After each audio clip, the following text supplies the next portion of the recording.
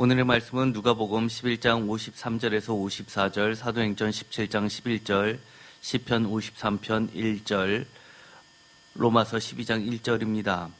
우리가 오늘 다 함께 읽었었던 누가복음 11장 53절에서 54절의 말씀은 저희가 누가복음을 그동안 계속해 왔었는데 마지막에 한 달 동안 계속 화 있을진저에 관해서 함께 말씀을 나눴었습니다. 바로 그 결론부에 해당하는 마지막 부분에 해당하는 말씀입니다. 53절과 54절은 우리가 화 있을진저라는 그 유명한 커다란 본문을 읽다 보면 예를 들어서 52절에서 화 있을진저 해서 끝나면 괜찮을 텐데 마치 사족처럼 53절에서 54절까지 붙어 있어서 읽는 사람들이 조금 의아해하는 경우들이 많이 있습니다.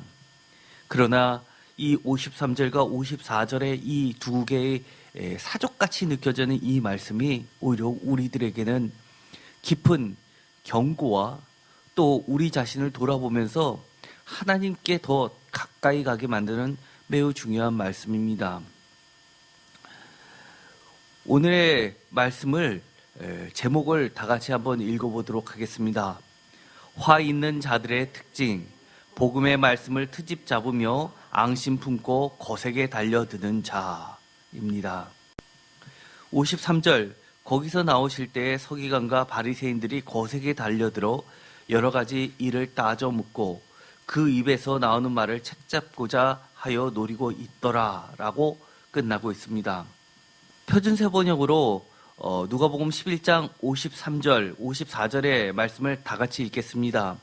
예수께서 그 집에서 나오실 때 율법학자들과 바리새파 사람들은 몹시 앙심을 품고서 여러 가지 물음으로 예수를 몰아붙이기 시작하였다. 그들은 예수의 입에서 나오는 말에서 트집을 잡으려고 노렸다. 이 표준세 번역으로 말씀을 읽으면 사실 이 화 있는 자들의 특징이 너무나 적나라하게 드러나고 있습니다. 몹시 앙심을 품고서 여러 가지 무릎으로 예수를 몰아붙이기 시작하고 또 트집을 잡으려고 노렸다라고 이야기를 하면서 이들의 모습 속에서 화가 있을 수밖에 없음을 보게 됩니다. 그것도 서기관과 바리새인들이라고 하면 사실 하나님의 말씀에 대해서는 오늘날로 이야기하면 신학교의 교수들입니다. 그런 자들은 얼마나 자신들이 하나님의 말씀을 누구보다도 잘 안다고 생각하고 또 이스라엘 백성들에게 가르쳐 왔겠습니까? 단순히 목사님들보다도 더 사실은 하나님의 말씀에 대해서 전문가들인 겁니다. 이거와 아주 대조적인 사람들의 특징이 성경 구절에 나와 있습니다. 특별히 이 누가복음과 같은 저자로 여겨지는 사도행전 17장에 보면 이렇게 되어 있습니다. 17장 11절 다 같이 읽겠습니다. 베레아에 있는 사람들은 데살로니가에 있는 사람들보다 더 너그러워서 간절한 마음으로 말씀을 받고 이것이 그러한가 하여 날마다 성경을 상고함으로. 여기서 보면 베레아 사람과 데살로니가 사람을 비교를 하고 있습니다. 그림을 보면 우리가 사도 바울이 전도 여행을 떠났던 루트들이 나와 있는데 그 중에서 데살로니가라는 지역이 있습니다. 데살로니가 지역에서 조금만 남쪽으로 내려가면 베레아라는 지역이 있게 됩니다.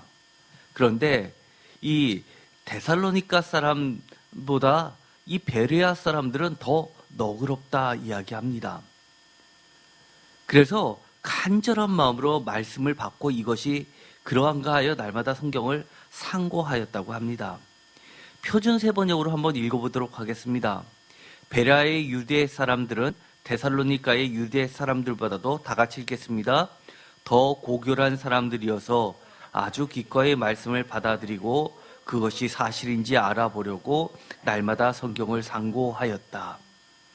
우리가 이 말씀을 읽어보면 아까 누가복음 11장 53절에서 54절에 나와 있는 이 바리새인들과 서기관들의 예수님의 말씀을 대하는 태도하고 비슷하지만 상당한 차이를 보게 됩니다.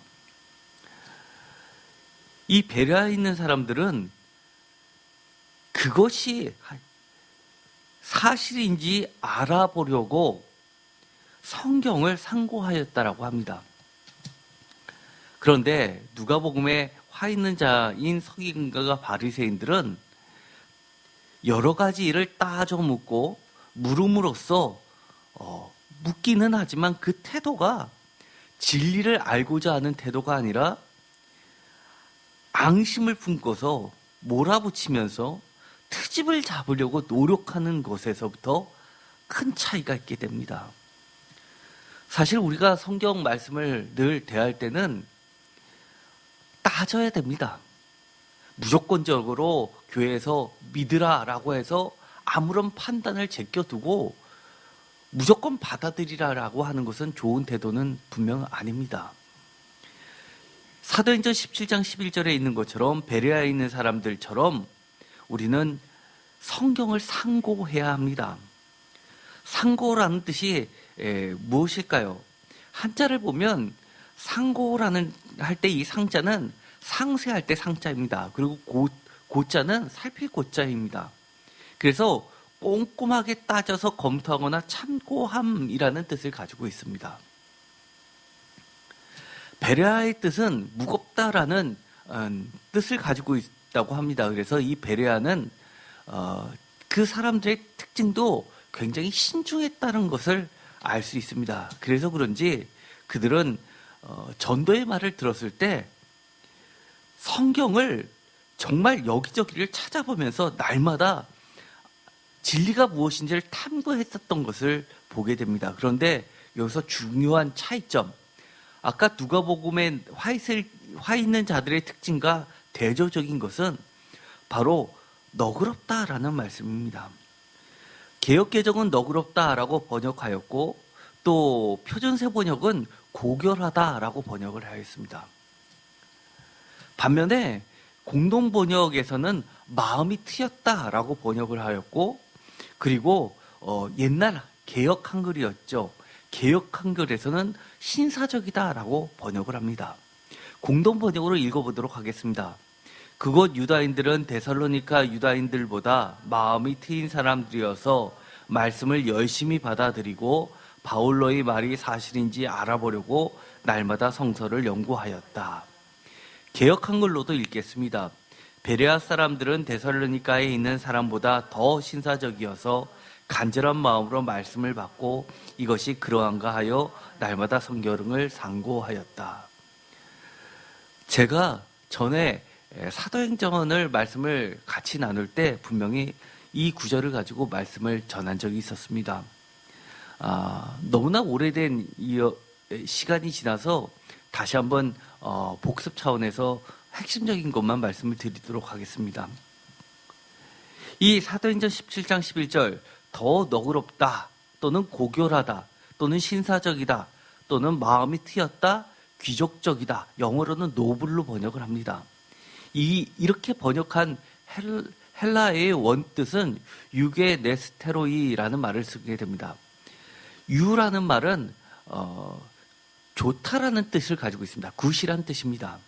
그리고 게네스테로이에서 로이는 사람을 이야기하고 게네스에서 gen이라는 어근을 가진 것은 탈상을 얘기합니다. 족보를 얘기합니다. 그래서 여기서 발전된 단어가 영어에서 지인이라는 말이 있죠. 유전자, 지인. 그래서 지네틱 하면은 족보와 관련된 이야기들을 하게 되죠.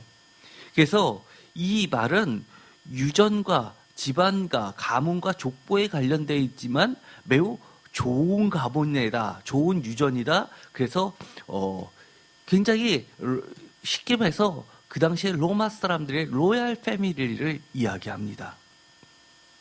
그런데 여기서 누가복음과 사도행전의 저자가, 그리고 바울이 전도여행을 하면서 베레아 사람들에게 단순히 혈통적으로 이 말을 썼을까라고 우리는 생각해 봐야 합니다. 사실 이것은 단순히 혈통의 문제가 아닙니다. 왜냐하면 사도 바울이 자신이 쓴 직접 자신이 쓴 서신서 고린도전서에 보면 이런 말을 하고 있기 때문입니다. 고린도전서 1장 26절 다 같이 읽겠습니다. 형제들아 너희를 부르심을 보라. 육체를 따라 지혜로운 자가 많지 아니하며 능한 자가 많지 아니하며 문벌 좋은 자가 많지 아니하도다. 이 문벌 좋은 자를 표준세번역에서는 가문이 훌륭한 사람이라고 번역을 합니다. 그런데 이런 말을 하는 이유가 있습니다. 그 뒤에 일어나는 27절의 말씀부터 읽어보도록 하겠습니다. 다 같이 읽겠습니다. 그러나 하나님께서 세상에 미련한 것들을 택하사 지혜 있는 자들을 부끄럽게 하려 하시고 세상에 약한 것들을 택하사 강한 것들을 부끄럽게 하려 하시며 하나님께서 세상에 천한 것들과 멸시받는 것과 없는 것들을 택하사 있는 것들을 폐하려 하시다니 이는 아무 육체도 하나님 앞에서 자랑하지 못하게 하려 하심이라. 아멘. 이것은 대표적으로 바울이 말씀을 대하는 태도 또는 전도를 하는 태도에 있어서 중요한, 처음부터 끝까지 관통하는 중요한 사상입니다. 이처럼 신약뿐만 아니라 성경 전체에서 일관된 진술은 십자가에도 하나님 지혜의 원칙을 이야기합니다. 그것은 미련한 자, 어리석은 자를 택하여 문벌 좋은 자, 세상에 지혜로운 자, 세상에서 갖춘 자, 있는 자, 강한 자, 능한 자를 부끄럽게 하시며 혈통이 아닌 하나님의 아들 예수 그리스도 안에서 새롭게 태어난 영적인 자녀들을 부르셨다라는 것이 신약뿐만 아니라 구약에서부터 계속해서 이어져 나가고 있는 중요한 메시지입니다. 그렇기 때문에 아까 우리가 이야기했었던 사도행전 17장 10절에서 이 유게네스 테로이라고 하는 집안 좋은 또는 가문이 좋은 로얄 패밀리의 의미에서 이것을 더 너그럽다, 고결하다, 신사적이다, 마음이 트였다, 귀족적이다 라고 번역하는 것은 제가 보기에는 그것은 조금 뭐라 그럴까요? 적합한 번역이 아니라고 보고 있습니다. 원래 이거의 뜻은 굉장히 어떻게 보면 요즘에 그런 것들이 있죠. 로얄 패밀리 사회에서 어느 정도의 기부 활동을 하면서 그리고 사회로부터 덕망을 받는 그런 덕의 개념, 이것을 강조하기 위해서 쓰여졌던 언어라고 볼 수 있습니다.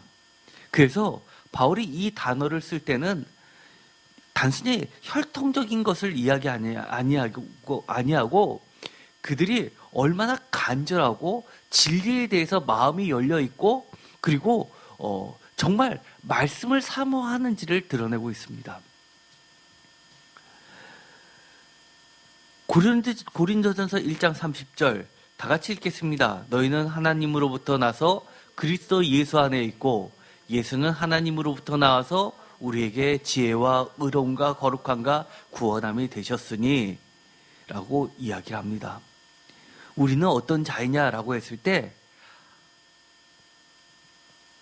우리에게 지혜와 의로움과 거룩함과 구원함이 되신 근거에 대해서 하나님으로부터 나서 그리스도 예수 안에 있고 예수는 하나님으로부터 나와서 우리에게 지혜와 의로움과 거룩함과 구원함이 되셨다라고 하는 겁니다. 그래서 이 말들을 돌이켜보면 누가복음 11장 53절에 나오는 서기관과 바리새인들이 예수에게 대했던 이 태도는 이 바울이 우리에게 이야기해주는 태도와 정반대임을 우리는 알 수 있게 됩니다. 로마서에도 이와 비슷한 말이 있습니다. 로마서 12장 1절입니다. 다 같이 읽겠습니다. 그러므로 형제들아 내가 하나님의 모든 자비하심으로 너희를 권하노니 너희 몸을 하나님이 기뻐하시는 거룩한 산 제물로 드리라.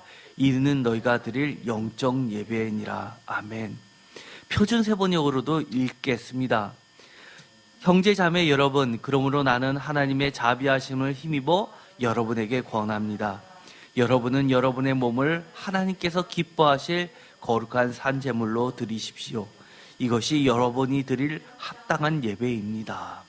이 말씀을 보면 우리가 아주 잘 알고 있고 너무나 많이 들어서 익숙한 말씀입니다. 영적 예배, 영어로는 스피리추얼이라고 이야기를 번역을 합니다. 그런데 이 영적 예배다라는 이 영적인 개념이 이 표준 세번역에서는 합당하도록 번역을 하고 있다는 겁니다. 그래서 이 원문을 보면 이렇게 되어 있습니다. 로마서 12장 1절에 영적이라는 이것은 원문은 로기켄이라는 단어를 쓰고 있습니다. 로기켄, 이것은 로고스라는 말씀에서부터 나온 말입니다. 말씀 로고스의 합당한이라는 뜻입니다. 이 단어가 시작 성경에 또 쓰인 중요한 본문이 베드로전서 2장 2절입니다. 여기서는 신령한이라고 번역되어 있습니다. 그런데 영어로는 이 로기켄이라는 이 헬라어를 뭘로 많이 번역을 하냐면 reasonable이라고 번역을 합니다. 왜냐하면 영어로는 reasonable 하면 사실은 reason은 이치, 이론입니다. 그래서 합리적인, 이성적으로 합리적인, 논리적인 이런 뜻입니다. 그래서 우리가 사실 헬라어 원문을 보고 제가 설교를 할 때 많이 한국말로 번역을 할 때 여기저기를 가지고 여러 번역본을 가지고 여러분과 함께 말씀을 나누고 또 그거에 맞는 것을 따져보는 이유가 번역을 했을 때 다 담아내지 못하는 뜻들이 있기 때문입니다. 그런데 이 로기켄이 대표적으로 영어로 번역했을 때 굉장히 오해가 살 만한, 다 담아내지 못하는 대표적인 말입니다. 우리가 리즈너블이라고 번역하는 것은 이 로고스가 어디로 영어에서 발전되냐면 로고스가 로지컬에서 로기켄이 로지컬로 발전된 단어입니다. 그러다 보니까 우리가 영어에서 로지컬 하면 그야말로 학문적인 또는 논리적인, 이성적으로 합리적인 이런 뜻으로 번역되는 단어입니다. 그러면 이것을 보면 이렇게 영어로만 봤을 때는 로기켄을 이렇게 번역할 수도 있는 겁니다. 너희가 드릴 영적 예배, 스피리추얼이라는 개념이 아니라 이성적인 예배, 이렇게 번역해버릴 수가 있는 겁니다. 합리적인 예배. 그렇다는 이야기는 거룩한 산 제물은 비이성적인 예배가 아닌 것이다 라고 결론을 낼 수가 있습니다. 그러나 이것은 매우 잘못된 번역입니다. 제가 이 말씀을 하는 것은 바로 아까 사도행전에서 나와 있었던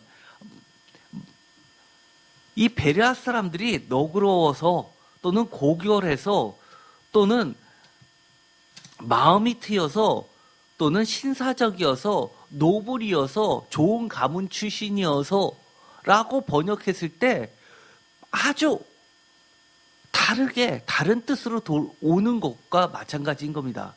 왜냐하면 이렇게 했을 때는 우리가 거세게 달려들어 따져 묻는 그 반대로 너그럽다 하는 개념하고 달라지기 때문입니다. 조금 더 보도록 하겠습니다.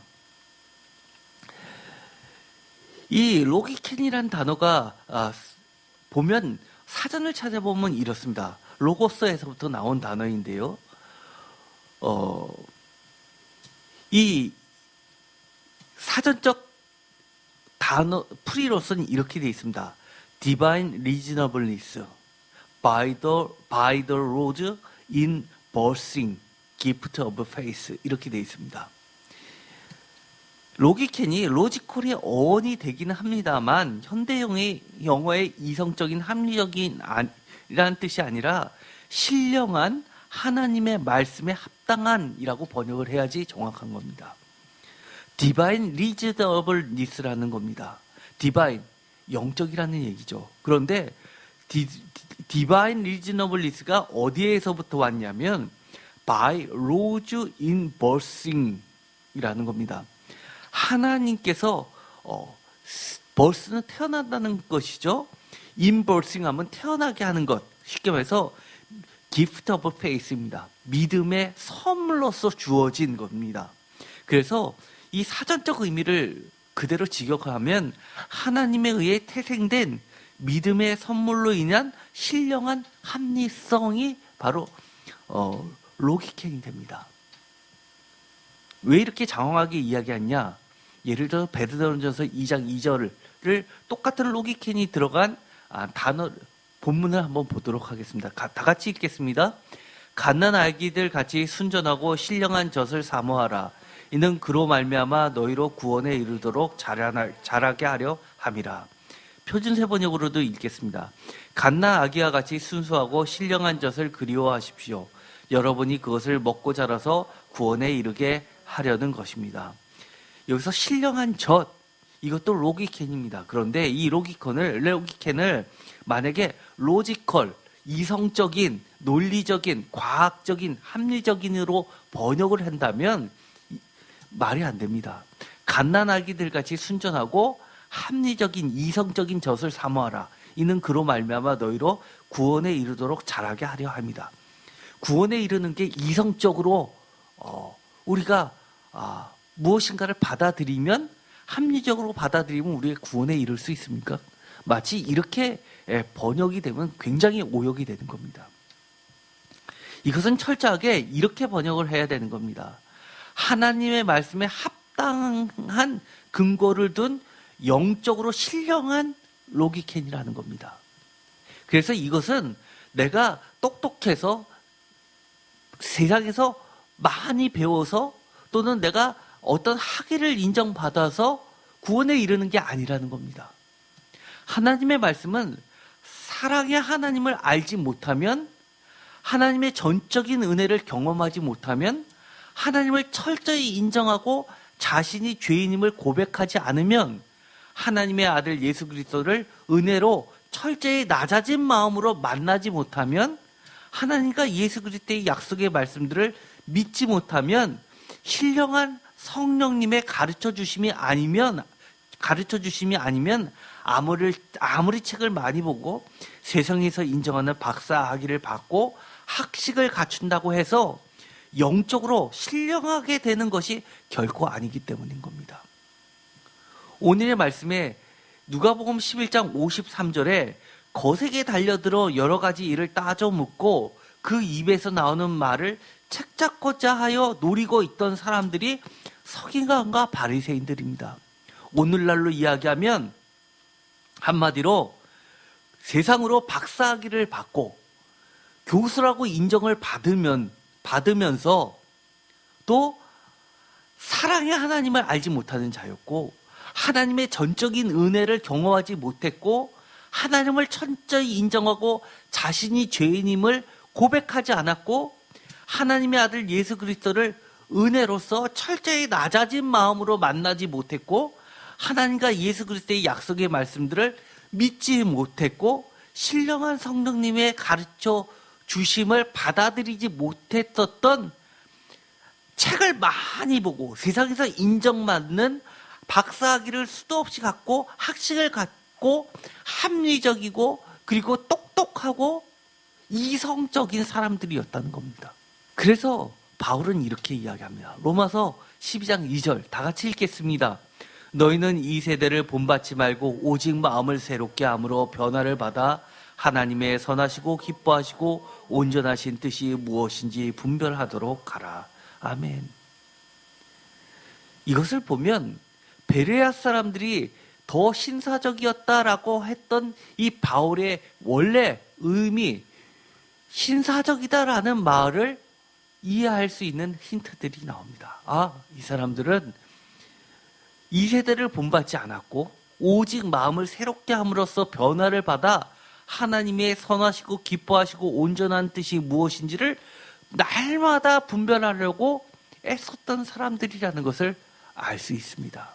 결코 집안이 좋아서 더 많이 배워서가 아니라 정말 이 세대를 본받지 않고 오직 마음을 새롭게 함으로 변화를 받은 사람들의 특징을 그렇게 이야기한 겁니다. 여기서 보면은요, 로마서 12장 2절, 이 사람들은요, 로마서 12장 1절에 영적 예배를 드리기 위해 하나님이 하나님의 백성에게 기대하시는 것이 그대로 나와 있습니다. 여기 보면은요, 이 세대를 본받지 말라라는 말이 나옵니다.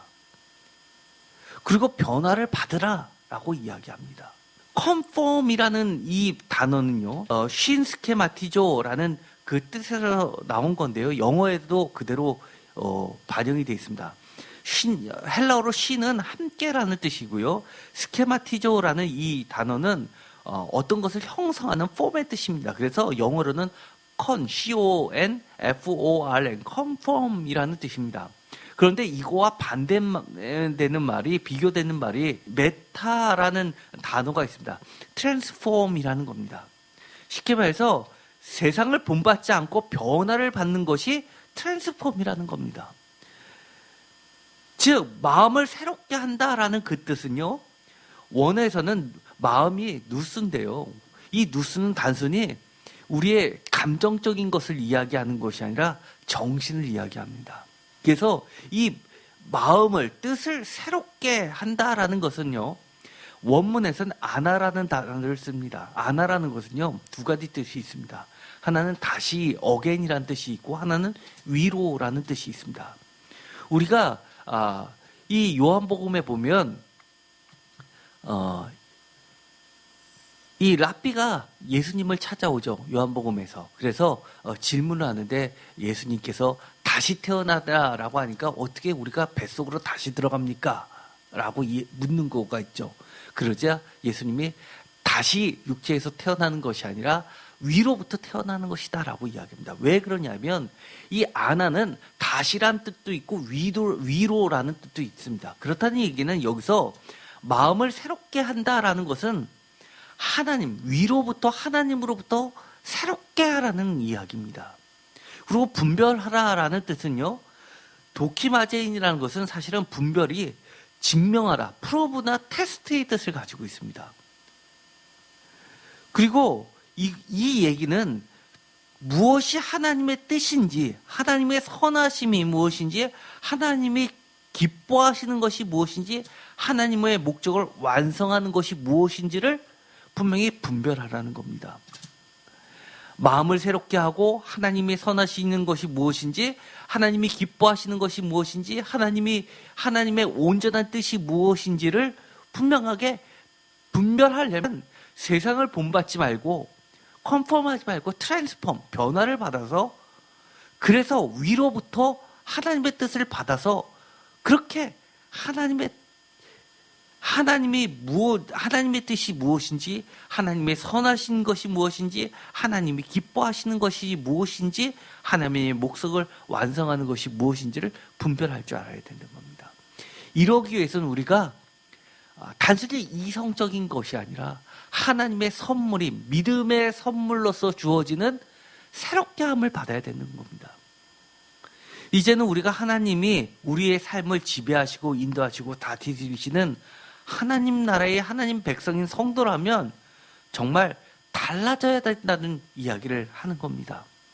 어떻게 달라져야 합니까? 철저히 하나님의 말씀에 합당하게, 로기캔, 즉 위로부터, 하나님으로부터 새롭게 거듭난 존재로서 하나님의 뜻이 무엇인지를, 하나님이 무엇을 기뻐하시는지, 그리고 하나님의 선하심이 어떤 것인지, 하나님의 뜻을 완성해 나가는 것은 어떤 것인지를 나의 일상적인 삶 속에서 증명해 나가는 것이 영적 예배라는 겁니다. 그렇기 때문에 오늘 누가복음에서 이야기한 것처럼 예수님이 말씀하시는 이 화 있는 자가 되지 않으려면 우리는 어떤 자가 되어야 할지 베레아 사람들처럼 구약의 지혜 전통을 통해서 우리는 배우면 좋을 것 같습니다. 구약에 보면요, 이런 말이 있습니다. 우리가 아주 잘 알고 있는 말입니다.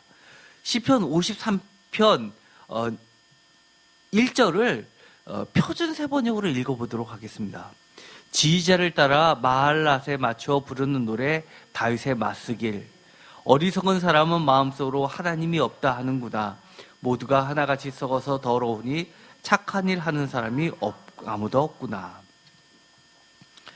여기 제목을 보면 마스길이라고 되어 있습니다. 그리고 나서 이 2절 다 같이 읽겠습니다. 하나님이 하늘에서 인생을 굽어 살피사 지각이 있는 자와 하나님을 찾는 자가 있는가 보려 하신즉. 하나님은 어떤 사람을 찾으신다고요? 우리가 시편 쭉 했었죠? 시편에 아주 자주 나오는 겁니다. 지각이 있는 자와 하나님을 찾는 자가 있나 보려 하신즉. 이 지각은 지혜로운 사람을 하나님이 찾는다는 겁니다. 근데 이 53편 시편의 제목이 뭡니까? 마스길. 여러분 마스길 기억나시죠? 마스길이 뭐였습니까? 마스길은 지혜, 교훈이라는 뜻이라고 했습니다. 사실은요, 이 시편 53편 1절에 히브리어 원문을 보면 다윗의 마스길이라고 했는데 이 마스길이 2절에도 반복이 됩니다. 이 마스길이 어디에 들어가 있냐면 지각이라는 뜻입니다. 그래서 마스길은 지각 또는 지혜를 뜻하는데 이렇게 보면 하나님이 어떤 자를 찾으신다고요? 마스길, 지혜 있는 자, 지각 있는 자를 찾는다는 겁니다. 그 지혜 있는 자, 지각 있는 자가 어떻다는 겁니까? 53편 1절에 보면 어리석은 자의 반대인데 이 어리석은 자는 그의 마음에 이르기를 하나님이 없다. 그들은 마음이 부패해서 가증하는 악을 행하며 선을 행하는 자가 없는 자입니다. 누가복음에 있었던 서기관들과 바리새인들처럼 거세게 달려들어 여러 가지 일을 따져 물고 그 입에서 나오는 말을 책잡고자 하여 노리고 있는 자들하고 똑같은 겁니다. 그래서 이 잠언서 19장 14절에 보면 이 마스길을 이렇게 또 번역합니다. 집과 재물은 조상에게서 상속하거니와 슬기로운 아내는 여호와께로서 말미암니다. 표준 세번역에서는 이렇게 번역합니다. 집과 재물은 조상에게서 물려받은 유산이지만 슬기로운 아내는 주께서 주신다. 슬기로서도 번역하는데 어떤 슬기입니까? 주님이 주신 슬기입니다. 그래서 이 잠언서 19장 14절에 나오는 이 아내는 육체적 아내도 될 수 있지만 하나님의 말씀과 부부관계가 되는 성도들의 말씀을 상징하기도 하는 겁니다. 시편 42편 1절에도 마스길이가 나오죠.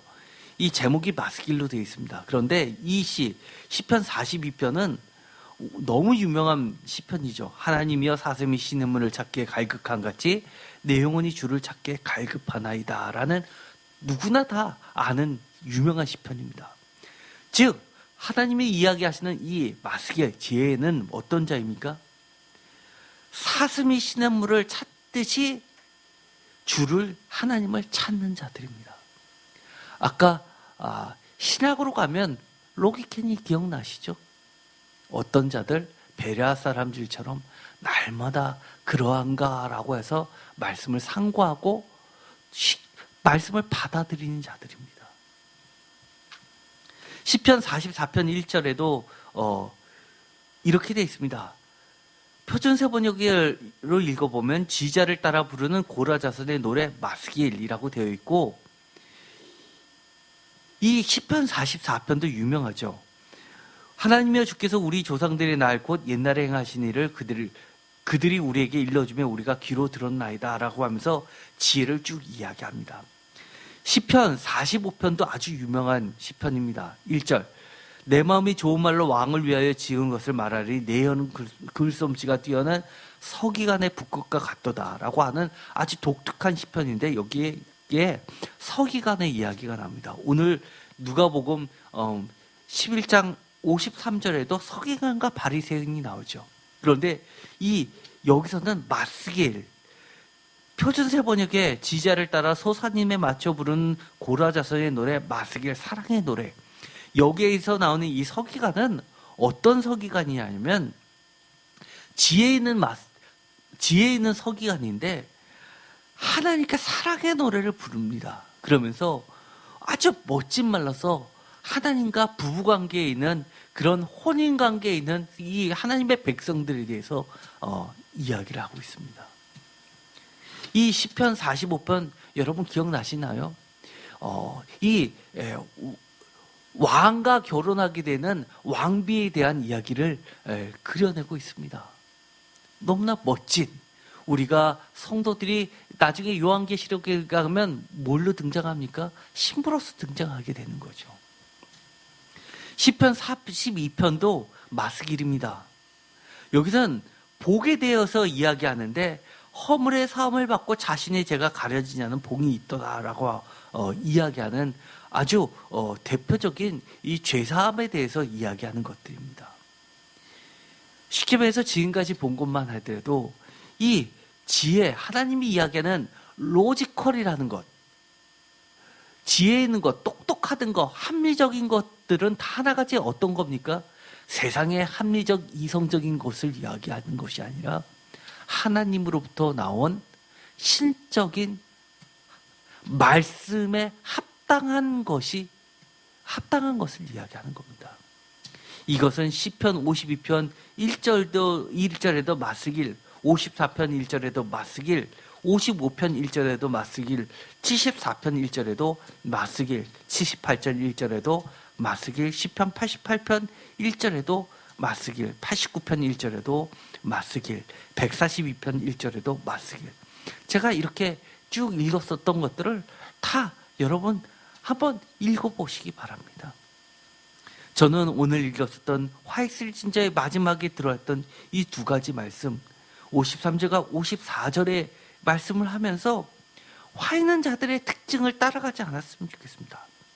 우리가 주님의 말씀이 흘러나올 때는 언제나 베레아 사람처럼 그렇게 마음을 너그럽게 해서 주님의 말씀을 받아들이기 간절히 소망합니다. 말씀을 나를 찌른다고, 잠언이라는 것이 무엇입니까? 잠언, 잠자가 찌를 잠자입니다. 나의 마음을 쿡쿡 찔러대는, 너 이거 잘못했어 라고 가르쳐 줄 때는 아멘 하면서 받아들이고, 아, 내가 화 있는 자가 돼서는 안 되는데 라고 위로부터의 지혜를 받아서 우리가 돌아서는 그런 자들이 됐으면 좋겠습니다. 여기 나와 있는 서기관과 바리새인들처럼 내가 똑똑하다고, 내가 많이 배웠다고, 내가 학식이 있다고 그렇게 주님의 말씀을 책 잡으려는 자들이 되지 않기를 간절히 소망합니다. 오늘도 우리는 말씀을 배울 때, 말씀을 읽을 때 어떤 태도를 읽어야 될까요? 항상 기도하십시오. 성령님께. 성령님이 어떻게 우리에게 이야기해 주시는지를 우리는 귀담아 들어야 됩니다. 그러려면 어떻게 해야 됩니까? 철저하게 우리가 하나님의 사랑을 잘 기억하고 낮아져야 됩니다. 정말 달라져야 됩니다. 우리가 교만하면 안 되고 하나님 앞에 우리가 정말 하나님의 지혜를 강구하는 여러분들이 모두 됐으면 좋겠습니다. 제가 이것은 너무너무 중요하게 생각하는 겁니다. 한번 다 같이 읽어볼까요? 노란 부분. 하나님의 말씀은 사랑의 하나님을 알지 못하면, 하나님의 전적인 은혜를 경험하지 못하면, 하나님을 철저히 인정하고 자신의 죄인임을 고백하지 않으면, 하나님의 아들 예수 그리스도를 은혜로 철저히 낮아진 마음으로 만나지 못하면, 하나님과 예수 그리스도의 약속의 말씀들을 믿지 못하면, 신령한 성령님의 가르쳐 주심이 아니면 아무리 책을 많이 보고 세상에서 인정하는 박사학위를 받고 학식을 갖춘다고 해서 영적으로 신령하게 되는 것이 결코 아니기 때문입니다. 우리 모두 오늘의 말씀처럼 정말 화 있는 자들이 안 됐으면 좋겠습니다. 우리 부모님들이 우리 자녀들을 키울 때 영적인 하나님의 자녀로 키우십시오. 정말 너 똑똑해서 정말 인류대 가서, 아니면 대학은 그렇게 못 갔으면 대학원이라도 가고, 아니면 해외 유학까지 보내서 타이틀 만드는데 그렇게 열내지 마십시오. 우리가 말씀을 읽을 때 언제나 많은 화 있는 진저 말씀을 서로 나눴는데 그거의 종합은 사실 53절, 54절입니다. 우리가 이것을 늘 기억하고 화 있는 자의 특징을 따라가지 않는 정말 복된 자들이 되기를 간절히 소망합니다. 기도하고 마치겠습니다. 하나님, 오늘 우리에게 짧은 두 말씀을 주셨는데 화 있는 자들에 대해서 7가지로 말씀하신 거가 아닌 모든 것들을 포함하는 특징을 말씀해 주셨습니다. 우리가 날마다 하나님의 말씀을 대할 때